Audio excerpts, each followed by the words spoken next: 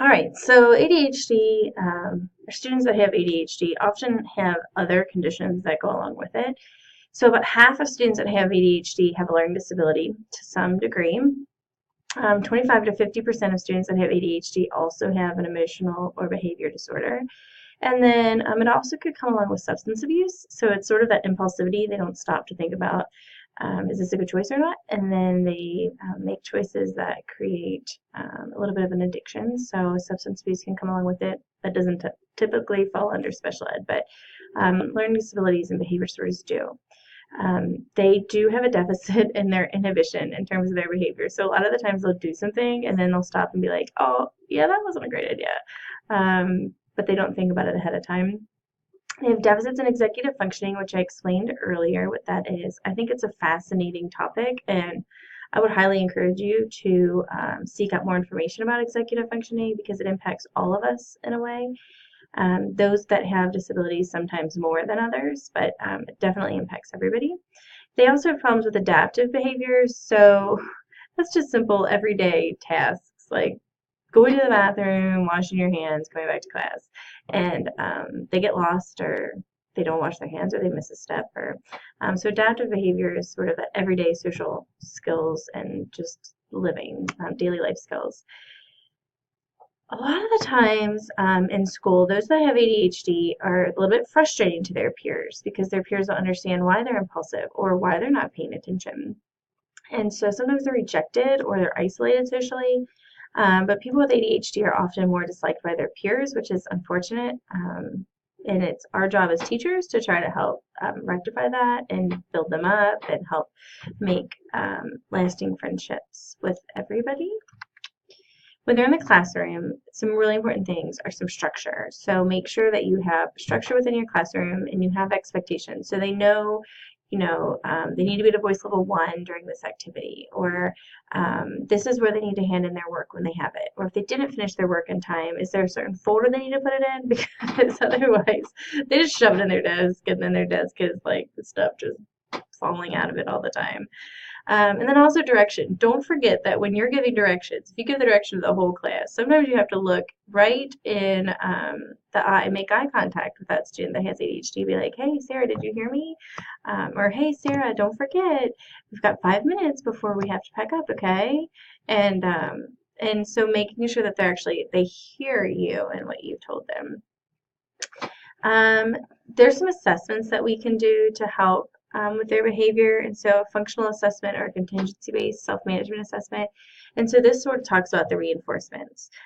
If I put my unfinished papers in my green folder, then I will earn a point, and after so many points I can get in the prize box.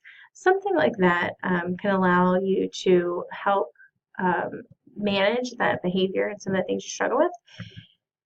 But you have to first, oh goodness, look at me, assess. So figure out what behaviors are needing those reinforcers and then find a system or process that you can put into place to help those behaviors. When we look at service delivery models, so where do we typically work with students that have ADHD? And more often than not, we work with students in the collaborative setting. Every now and then they are pulled to a resource room, but most often they are in a collaborative setting. So it says that, once again, remember that they don't fall under their own category. So they fall under OHI. They get services under the other health impaired category. But less than half students receive special ed for ADHD. So back to chapter 1 and chapter 2. Just because you have a disability does not mean you need special ed.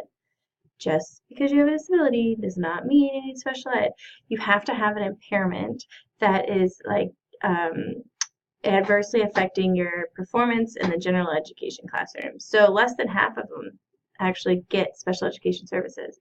The others might get 504s. All the rest are just in your classroom. So they have ADHD, but they don't have any extra supports other than you. So that's where you come in with your knowledge of helping adjust your routines in your classrooms and helping adjust your lessons to be engaging and working with those students. So they probably won't be in special ed, but they're still going to need your help, if that makes sense. And once again, as always, we always determine their placement on an individual basis. We should never just say, oh, well, you have ADHD, so you need to be with Miss Stottenkamp, and she has reading in her room at this time, so see you later. And that does happen sometimes. But we always look at the individual and see, can they perform well in the gen ed class, and do they need supports? And typically, our students that have ADHD will be found in that way. When it comes to medicine, it's a very controversial topic. Some people think medicine is great, other people don't want to touch it. As a teacher, stay out of that conversation as much as possible. Uh, Trust me, I've had students who I think medication would probably have been beneficial for them, but the parents had said that they had tried it and there was too many side effects for that child, and they needed to take their child off of it. And I had totally 100% respect that. So then I have to find ways to work with that child and to help that child without medication. On the flip side, I've had a child who was medicated, and I did see the side effects. I mean, he was like zombie. He would just blank stare a lot. He would pick his eyebrows a lot, and I had to call the parents and say, I think this medication is not working for him.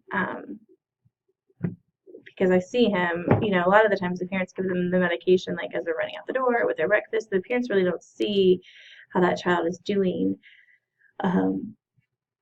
excuse me, right after they take the medication. So anyways, so there's different types of medication. There's stimulants, which are things like Ritalin or Adderall, and then there's non-stimulants. So I think Strattera is a non-stimulant, but I could be wrong about that. But there's lots of medications, and there's more that come out all the time. It can be effective, but there's also non-responders. And so about 30% of people who take medication for ADHD, it does not work for them. So they might be taking Adderall, but it does not work for them at all. And it's just the way that your body is metabolizing the components of that medication, and if they're using the components for the right things. So I don't know. It's just so many tricky things that go on, and so leave that to the medical doctors. We have to make sure that they are getting the right dosage. We have to monitor it correctly, but it does not substitute for their own self-responsibility or your teacher or parent responsibility. And so my students used to always laugh at me because the one sometimes.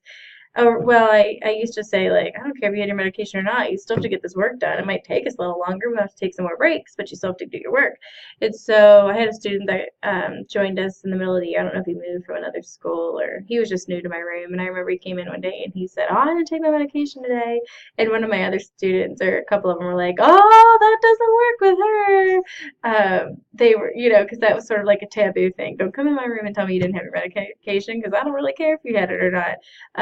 We're all doing this no matter what. So just make sure that you teach your students, no matter what, with or without medication, their job is still to get the work done. But if they need a little bit of help along the way, or if they need to get out of their seat or whatever, I'm happy to support you in that. But it doesn't matter if you took your medication.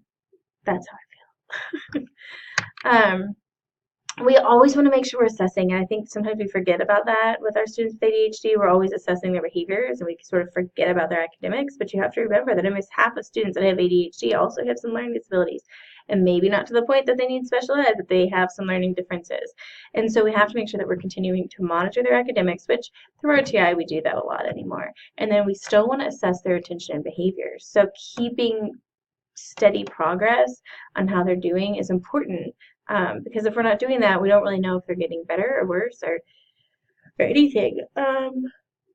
Time sampling, I will try to make a note and show you guys that in class because it would be much easier to show you on the board. But basically what it is you go in for maybe 15 minutes, maybe even 10 minutes, maybe even 5 minutes if you're just doing it like quickly every now and then. And for 15 seconds or 30 seconds, you pick your time interval. You look at your student that has ADHD, and then for that other time interval, you look at a typically developing student. And then you put a plus or a minus. Were they paying attention or were they not paying attention?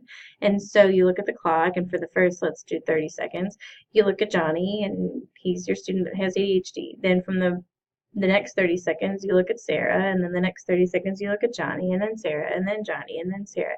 And then you've got a table of pluses and minuses, and so you might say, Johnny was on task 30% of the time, and Sarah was on task 80% of the time, so Johnny is still very much struggling. Sometimes you find they were both on task 30% of the time. And then you think, well, that teacher is not very engaging, or the activity is not very engaging. So something to think about. What's a good early intervention? Always, always, always the key, if we can do it. But typically, the only students that are identified early are those that have extreme behaviors. Because normally, if a child is a busy, busy kid, we just chalk it up to the fact that they're a 3-year-old or a 4-year-old and they're just busy, unless they've got extreme behaviors. So early intervention in this area is often hard to do as well. Transitioning to adulthood, it is, there are plenty of adults that are still getting diagnosed with ADHD. I know that my brother was at UK when he decided to get evaluated and tested. A friend of mine who's a year older than I am recently got tested, and she was super excited about it. She's like, finally, it was confirmed. I actually have it, and I'm going to take medication, and I'm like so excited about that. So there's still diagnoses happening in adulthood.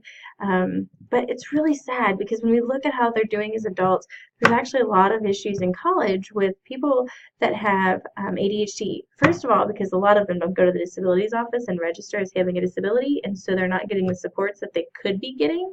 They also have a hard time with time management. So just something to think about. Sometimes they pick jobs that are not well suited for them, and so they struggle with that. Maybe sitting in a cubicle all day long is not something that's going to be a strength for you and your needs as a child that has a little bit of hyperactivity, or even a child with an attention. And also, marriage and family can be difficult because if you don't marry somebody that understands your impulsivity or the fact that you're not paying attention, it can be really frustrating. Just in general, because your significant other is talking to you and you're not listening, or you forget things often, and so sometimes it can just cause a strain. And earlier we talked about it having a social impact, and that sort of carries on over to your family life as well. So that's the end of ADHD and learning disabilities. There's really a ton of stuff I could talk to you about, but those are the main topics that I want you to understand. Make sure that you look at the Understood website. It's a fantastic website. And then a lot of your peers have done, or not a lot, but some of your peers have done some really good projects on these topics as well. So, all right, have a great week.